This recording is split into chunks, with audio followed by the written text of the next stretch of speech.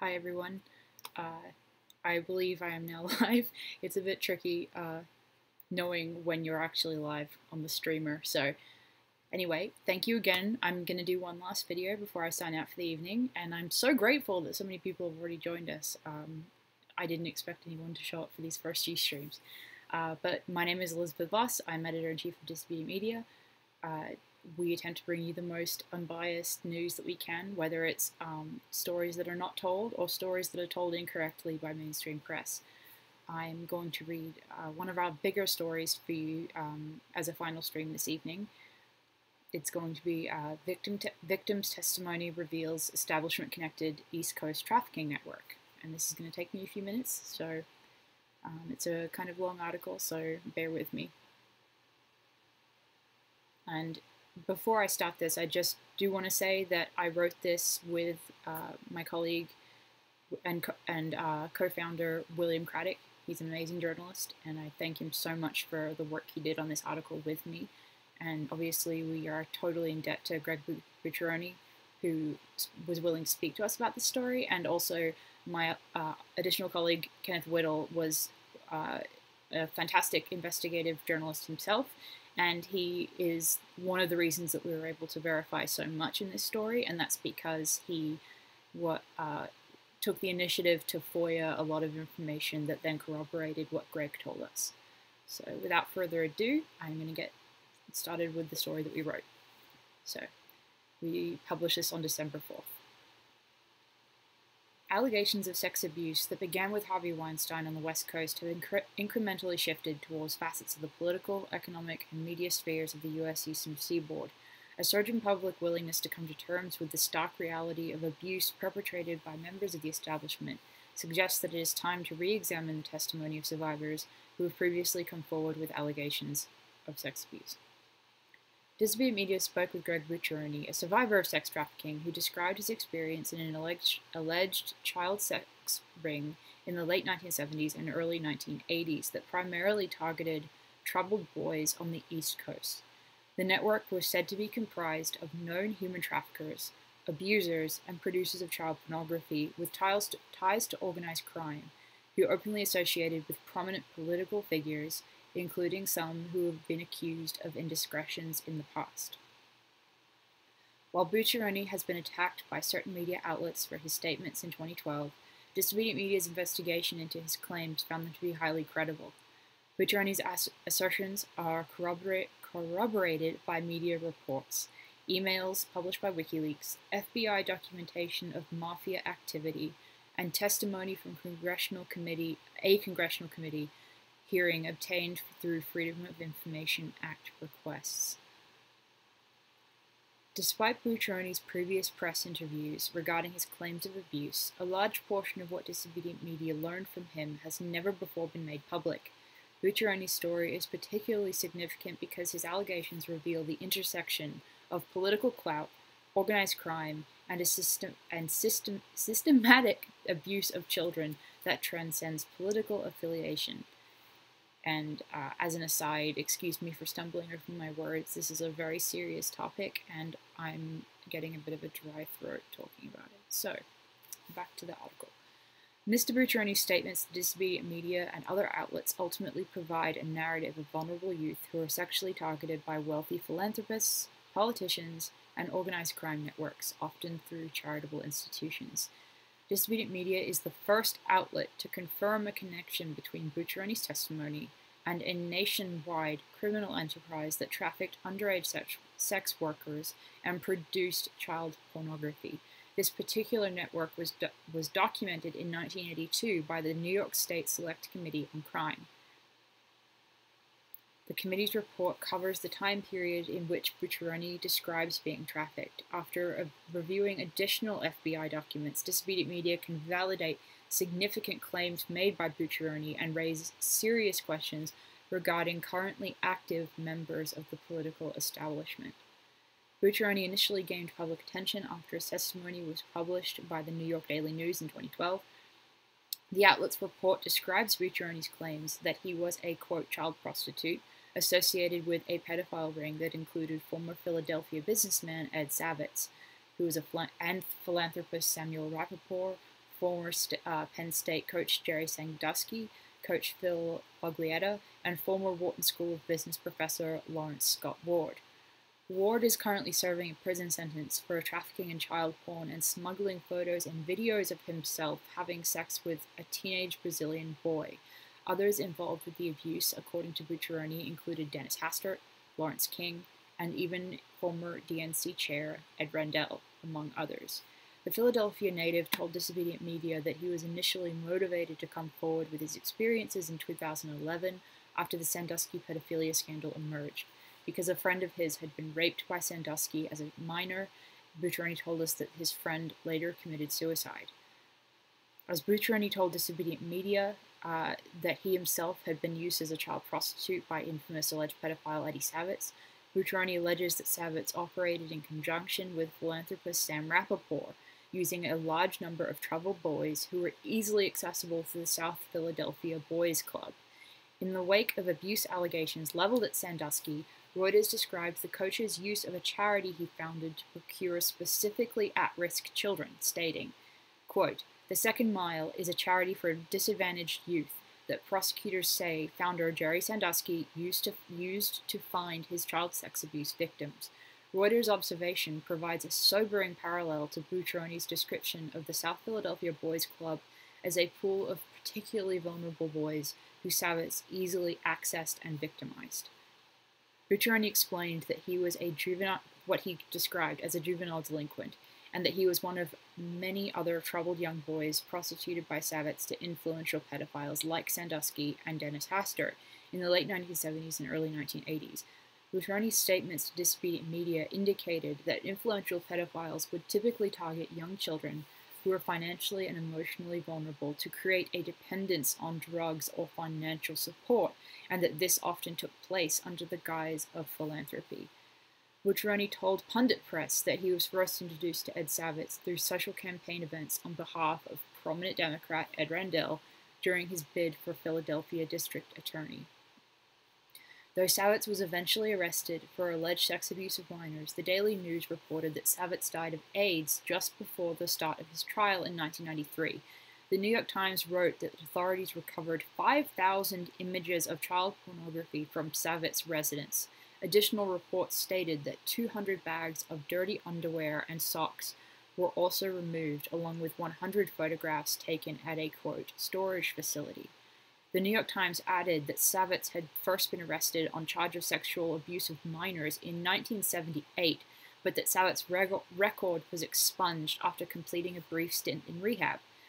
The Savitz case recalls the infamous Belgian Dutroux scandal. Like Marc Dutroux, Savitz appeared to be a middleman amongst an extensive ring of abusers rather than a lone predator. Bucciaroni claims that as a result of being trafficked by Savitz, he interacted with a number of prominent figures ranging from Dennis Hastert and Tom Foglietta to Lawrence King, all of whom engaged in pedophilia. Bucciaroni told Disobedient Media that these interactions often took place at official political events. Bucciaroni recounted that children were exploited for sexual acts in after parties once the political event itself had ended. Bucciaroni told Disobedient Media that Lawrence King, central figure in the Nebraska credit union scandal, would host trips to take, quote, kids from South Philly Boys Club to Washington, D.C. Bucciaroni explained that he was never tortured by Savitz or Lawrence King and was not personally aware of others being tortured, but that Savitz used the, quote, honey approach rather than vinegar.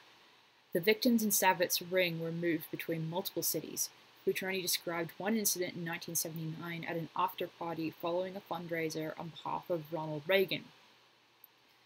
Quote, "It took place in a townhouse somewhere in Washington, D.C. When we got there, there were kids from other areas. There was food, watching porn, and alcohol and marijuana. We were introduced to guys like a meet and greet. Afterwards, there was a post-party. Certain people were there. We negotiated a price, did whatever we did, then would go back in and do other sexual deviant acts." And as one more side note, please go watch the interview between H.A. Goodman and Greg Bucciaroni and the other interviews that Greg has done. It's very important to hear him in his own words and in his own voice describe his experience and what he's been through. And even just speaking these words. I don't want to be speaking for him. Anyway, continuing with the story. Bucciaroni clarified that Ronald Reagan did not attend the after-party where children were prostituted, and that the after-party's illegal activities were separate from the official event.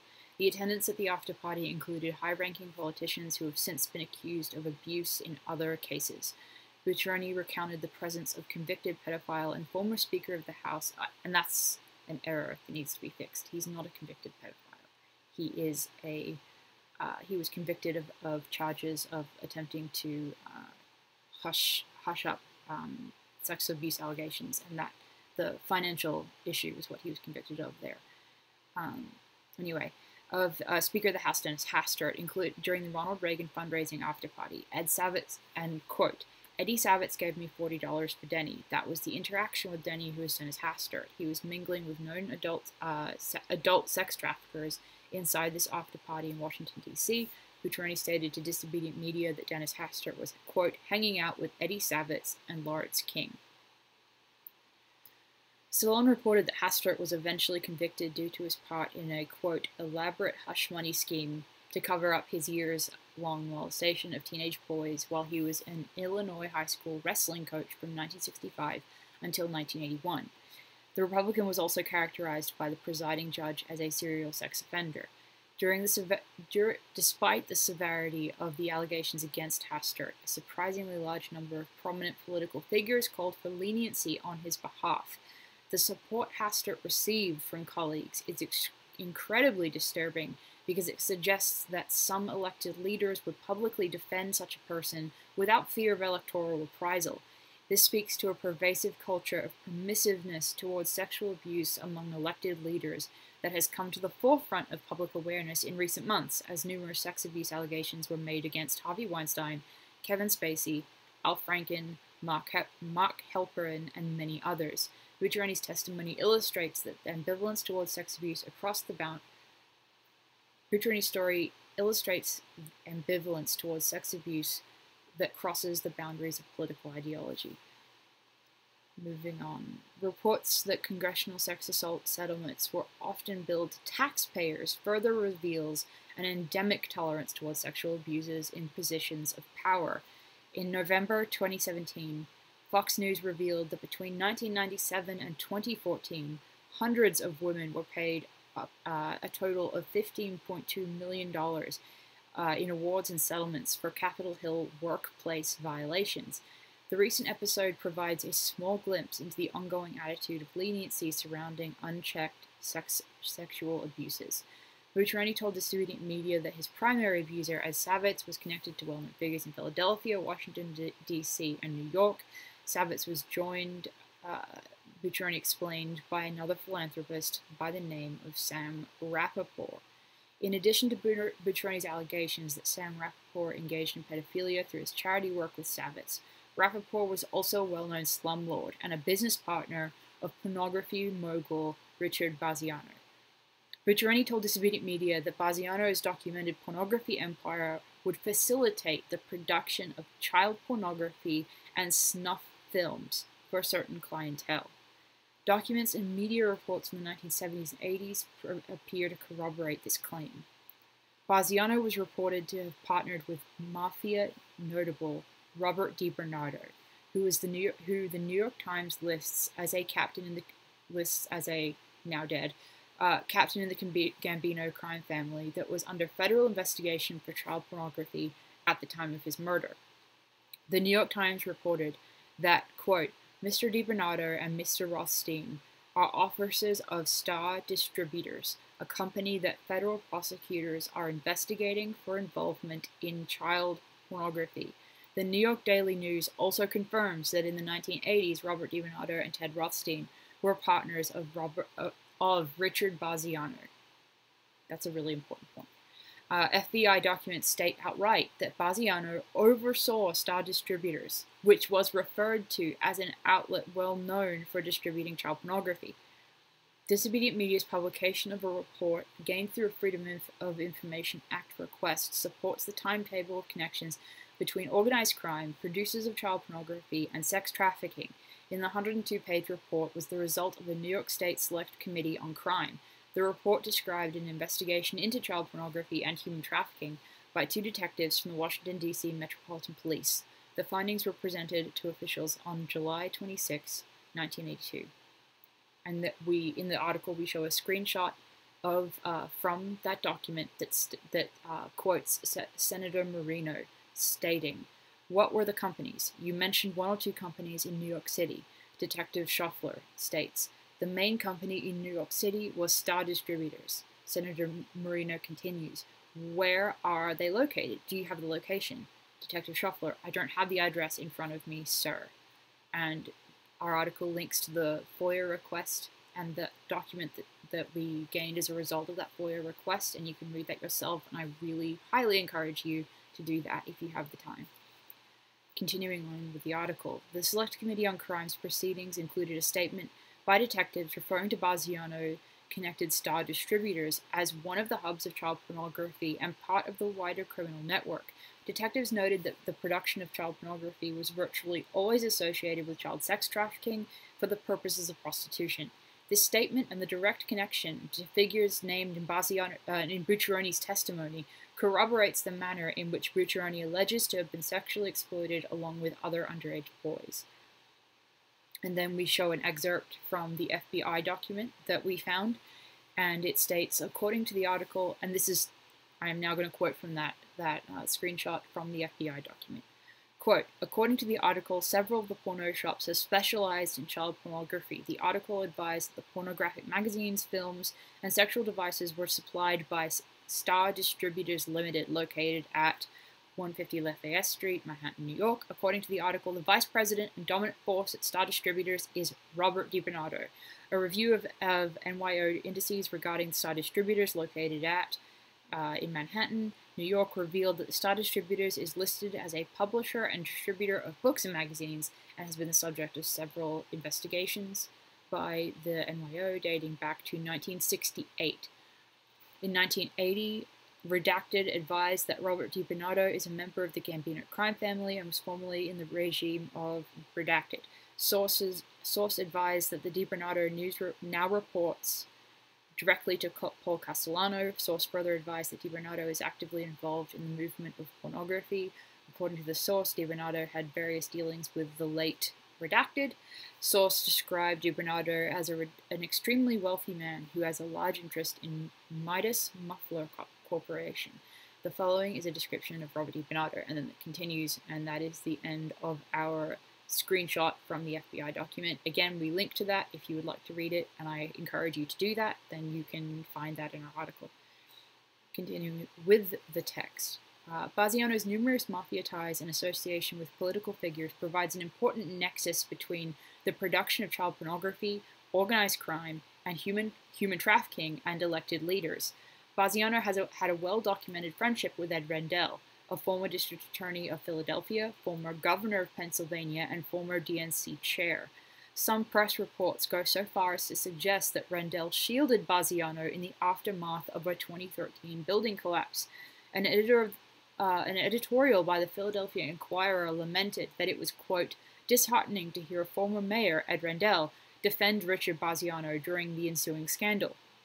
The editorial appears to have been since removed by the site, but was available through archive. In a report by the Inquirer, Baziano said that he regarded Rendell as, quote, a good friend. Another 2013 report by the Inquirer also referred to Rendell as a longtime friend of Baziano's, who had accepted campaign donations from corporations and family members of the pornography magnate.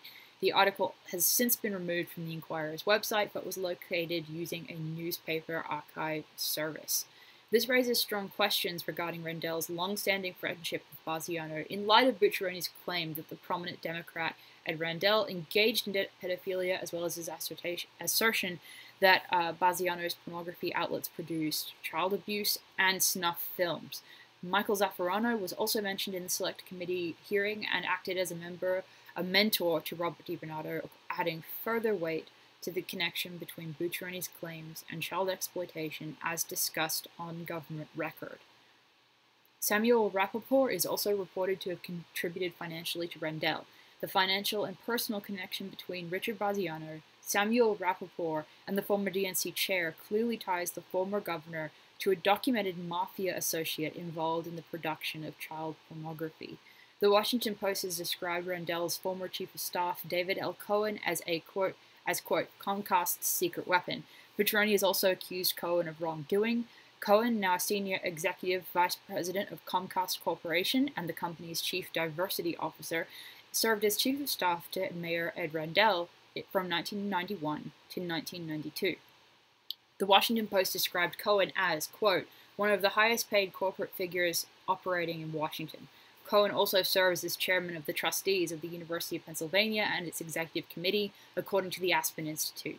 Cohen is also executive and vice president of NBC Universal Media. NBC has been in the media spotlight recently after allegations emerged regarding alleged sexual assault, by host Matt Lauer against a number of female colleagues. The media company also came under fire for its unwillingness to publish an early story covering the Weinstein scandal, with the New York Times publishing an article titled, "How Did NBC Miss Out on Harvey Weinstein Exposé?"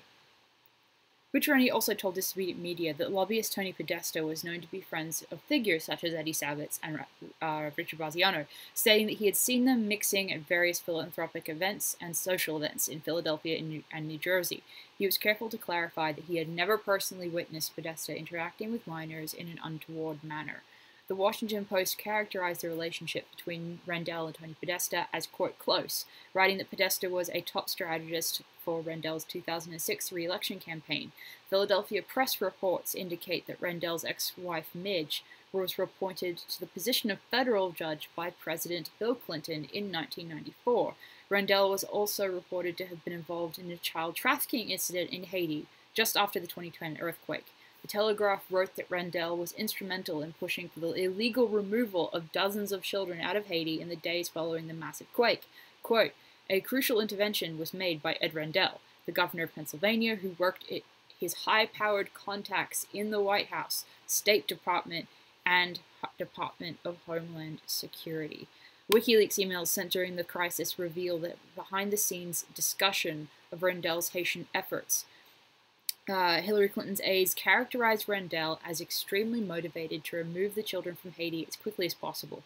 The discussion included statements by Clinton aides showing an awareness that the children Rendell sought to fly from the earthquake-ravaged island nation included 12 minors who were not involved in any adoption process.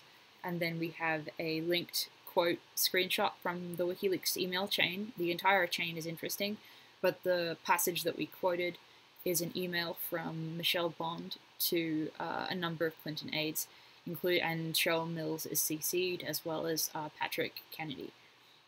It reads, Caitlin Nora, although the decision has not been finalized, Governor Rendell has probably figured out that the 12 children from the Bresma orphanage will not be approved for humanitarian parole. His staff is stating that one of the orphans slated to go to the U.S. has died within the last few days. I understand that a child at the Bresma orphanage died within the last couple of weeks. That child reportedly had been matched with a French adopted family. In any event, Governor Rendell is pushing very hard for the USG to permit the children to travel and dismissing our reasons for not having done so as, quote, bureaucratic. And then it continues. In fact, Ed Rendell was so eager to fly the children out as quickly as possible that Clinton's aides indicated that only the then Secretary of State herself would be capable of reining Rendell in. An internal email in the chain published by WikiLeaks states, quote, the only person who may be able to back Rendell off is Secretary Clinton. Has anyone looped Cheryl Mills in on this issue?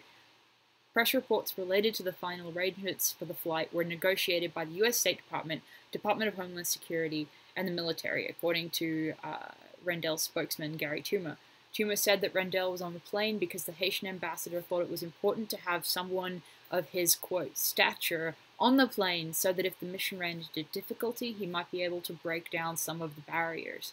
According to an additional email chain published in WikiLeaks, the successful removal of the children relied specifically on the intervention of Patrick F. Kennedy, U.S. State Department's Undersecretary of State for Management. Kennedy also played a role in helping to stifle investigations into a number of State Department scandals which occurred around the globe. My colleague Kenneth Whittle wrote a brilliant article on that subject, and it's linked in this article. Continuing on, even CNN anchor Anderson Cooper expressed concern with Rendell's actions, asking why a Democratic governor could accomplish the evacuation of healthy children to the U.S. when, quote, so many injured and dying people were suffering in Port-au-Prince. That Clinton insiders and CNN anchors would raise such concern in response to Rendell's actions fuels questions as to the propriety of children's removal from Haiti. As CNN noted in November 2017, Haiti became a hotspot for human trafficking during the 2010 election, and orphanages in the country continue to facilitate forced labor and sex slavery today. Disobedient Media has previously exposed the involvement of the Clintons and the U.S. Department of State in the Laura Silsby Haitian child trafficking scandal, first reported by William Craddock. And again, please go read that article and his story on that subject. Rendell's intervention in Haiti was not the only human trafficking incident tied to the former DNC chair. Bloomberg reported on allegations of, quote, systemic human smuggling of forced laborers and money laundering documented in relation to a Saipan casino project by Hong Kong-based Imperial Pacific, controlled by Chinese billionaire Q Wijie. And I'm not sure to pronounce that. I apologize for mispronouncing that. The New York Times wrote that Rendell served on the company's advisory committee. Bloomberg reported that others involved in the Imperial Pacific included former directors of the FBI and CIA, former Mississippi Governor Haley Barbour, and a former executive in President Donald Trump's Atlantic City casino business. In the wake of the money laundering and human trafficking scandal, Rendell stepped down from his role with Imperial Pacific, saying that the casino operation was, quote, too far away for him to, quote, monitor effectively. Rendell has previously denied Bucciaroni's claims that he ignored information about Savitz's abuse in the 1970s and 80s while serving as a prosecutor, but the former governor's proximity to the scandals in Haiti and Saipan is greatly alarming and raises questions about stemming from Bucciaroni's testimony. Bucciaroni has been criticized by media in his hometown of Philadelphia, most notably in the Philadelphia Daily News, now consolidated with the Philadelphia Inquirer at Philly.com. The Daily News questioned why Bucciaroni's story changed as he remembered additional details about individuals he interacted with, citing an anonymous, quote, federal law enforcement source familiar with Bucciaroni, who stated that Bucciaroni was not credible.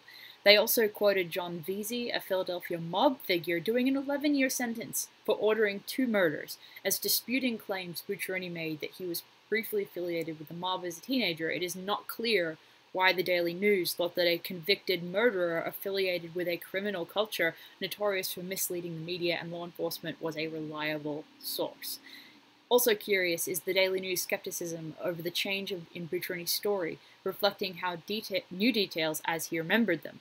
Fragmented memories and amnesia are well-known symptoms of legitimate victims of trauma and abuse. Mr. Bucciaroni told Disobedient Media that because many of the individuals he encountered operated on a first-name basis or only used nicknames, it was sometimes only possible for him to identify them after photos appeared in news reports. He further stated to Disobedient Media that the Daily News piece was published after Ed Rendell and Daily News co-owner Louis Katz became upset that he had spoken to federal authorities and was taking testimony to the media. Despite the attempt to discredit his testimony, investigation into the details provided by Bucciaroni reveals that the Daily News did not attempt to exercise due diligence in efforts to determine the credibility of the existence of a human trafficking ring operating in Philadelphia and the East Coast at a time when the Bucciaroni alleges to have been abused by Savitz and Savitz associates. As has been previously noted, there is an ample documentation and media reports indicating that one such network did exist in the time frame Bucciaroni describes and that it was tied to a number of the same figures Bucciaroni named.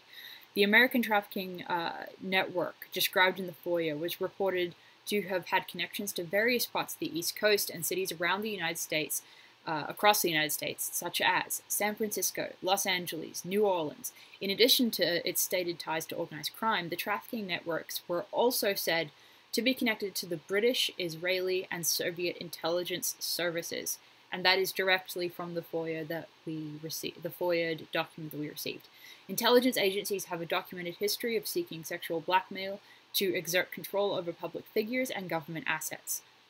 It is not entirely clear how many others were associated with or acted as clients of these rings. The individuals named by Bucciaroni were solely connected to East Coast locations of the nationwide network. This raises significant questions as to the other high-profile figures in states such as California. Starting that sentence again. This raises questions as to other high-profile figures in states such as California who might also be connected to by association to this horrific trade.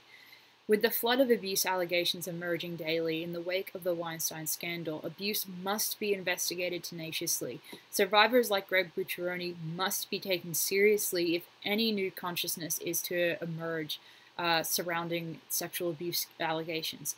The Huffington Post recently wrote of the Weinstein scandal, quote, "Since Harvey Weinstein's downfall, we as a society have apparently decided to try this radical new idea called believing women. We propose that as a society we must also try the radical idea of believing the children." And that concludes this very long article on human trafficking and sex abuse by mafia-tied figures.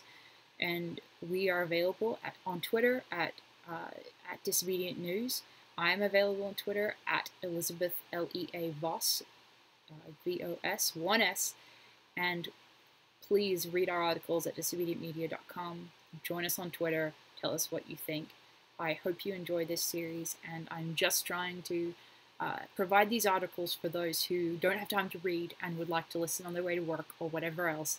And it's not intended to be an analysis channel, so that's all for this evening. Thank you so much for joining me. I appreciate it. I will see you next time.